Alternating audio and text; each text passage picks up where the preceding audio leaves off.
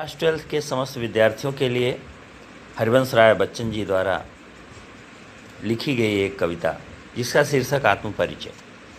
आत्मपरिचय के कुछ भाग को आप लोगों ने पिछले वीडियो में पढ़ लिया है। हम उसके बचे हुए भाग में से कुछ छोटे छोटे टुकड़ों की व्याख्या इस वीडियो में करने का प्रयास करेंगे।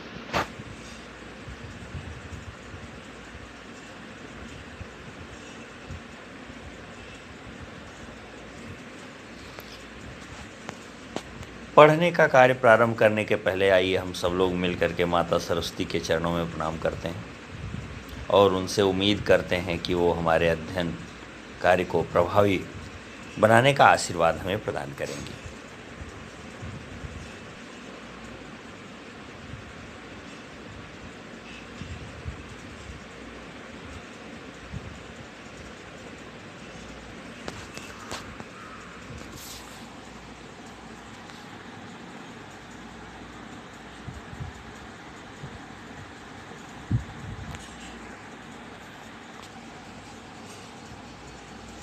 हरिवंश राय बच्चन जी यह समझाने की कोशिश करते हैं कि उनके मन के विचार कितने उत्तम हैं, वे दुनिया वालों के लिए किस तरह से सोचते हैं। वे कहते हैं कर यत्न मिटे सब सत्य किसी ने जाना।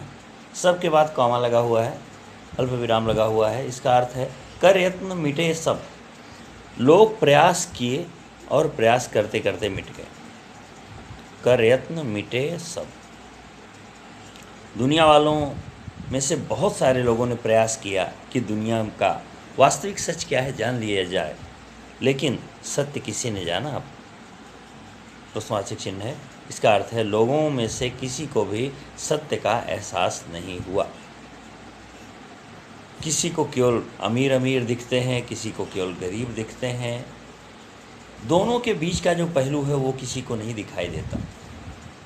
किसी को उन्नति की दौड़ में अंधी दौड़, हम किसी सदी के हों, लेकिन अगर हमारे समाज का एक तबका अभी भी पिछड़ा हुआ है तो फिर हमारी उन्नत करने का क्या महत्व रह जाता है।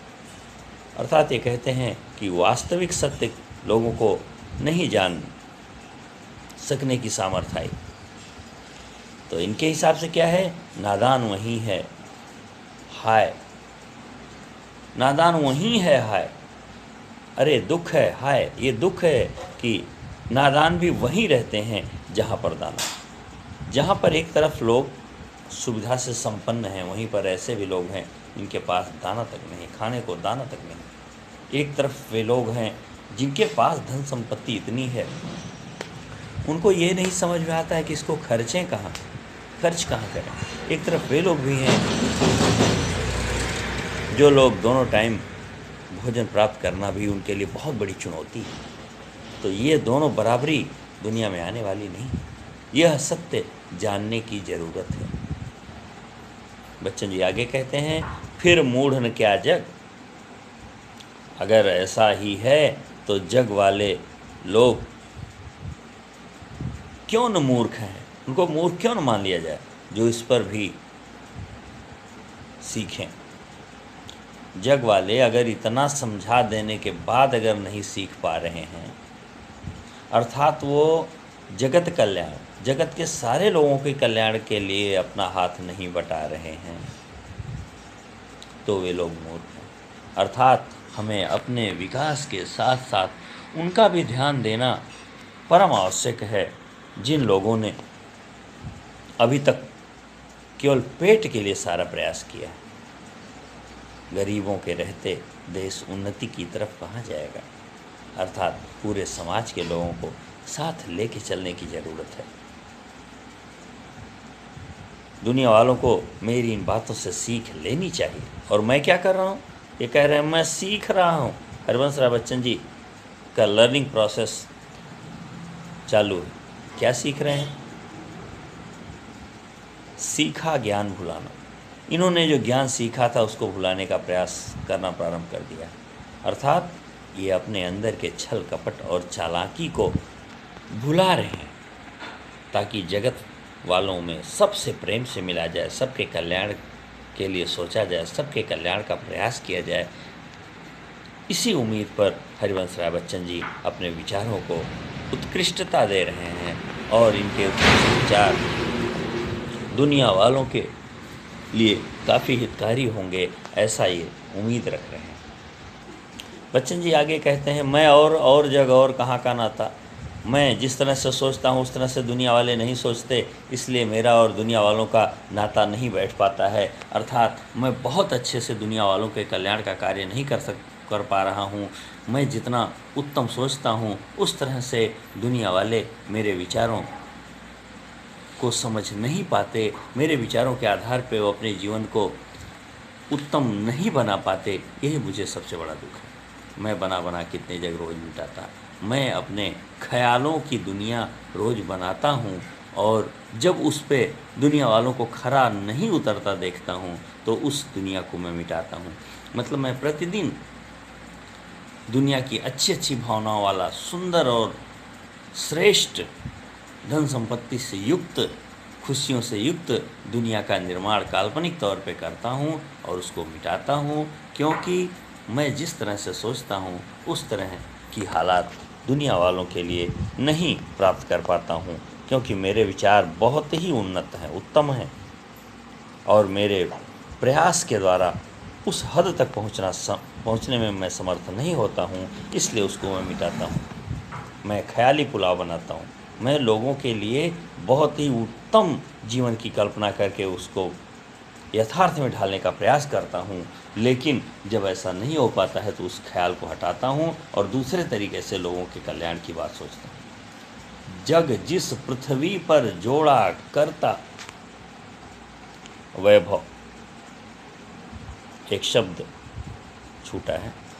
जग जिस पृथ्वी पर जोड़ा करता वैभव, कर्ता के बाद वहाँ वैभव लिखा है।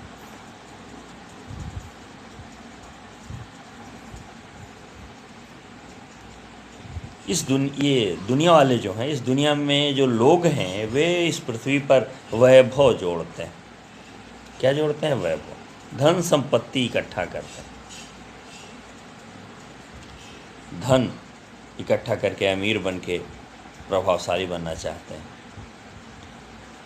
परिवार की स्थिति बहुत अच्छी बना के अपने कल्याण की कामना करना चाहते हैं। ऐसी पृथ्वी को मैं अपने हर एक पग से ठुकराता हूँ। मैं धन संपत्ति से युक्त जीवन को कदापि उत्तम जीवन नहीं मानता। मैं लोगों द्वारा मिले हुए प्रेम से युक्त जीवन को जीवन मानता हूँ। मैं ऐसी पृथ्वी को जितने कदम रखता हूँ पृथ्वी पर उतने कदमों से मैं ठोकर मारता हूँ। अर्थात मुझे धन संपत्ति वैभव से युक्त जीवन की अपेक्षा नहीं, मैं लोगों के प्रेम को प्राप्त करने की अपेक्षा करता हूँ। मैं लोगों के कल्याणार्थ अपने आप को होम कर देने की कोशिश करता हूँ। मैं लोगों के कल्याणार्थ उनको सद्भाव और प्रेम के लिए प्रेरित करता हूँ। ऐसी है मेरी भावनाओं की गुम्फन, ऐसी है मेरे मस्तिष्क की सोच। तो आइए हम लोग पहले प्रथम पेज वाले प्रश्न उत्तर को हल करते हैं। लोगों ने क्या नहीं जाना, यह पहला प्रश्न होगा। नादान और दाना किसे कहा गया है? जग को क्या सीखना चाहिए? और हरिवंश राय बच्चन जी अब क्या सीखने में लगे हुए हैं? हरिवंश राय बच्चन जी और दुनिया वाले दोनों में क्या फ़र्क है? हरिवंश राय बच्चन जी क्या मिटाते रहते हैं प्रतिदिन? हर एक कदम से किस तरह की पृथ्वी को ठोकर मारना चाहते हैं? इन सारे प्रश्नों के उत्तर आपसे लिख करके मुझे इमेज के रूप में भेजने की मैं उम्मीद रखा हूँ और शायद आप लोग इसको ज़रूर पूरा करेंगे।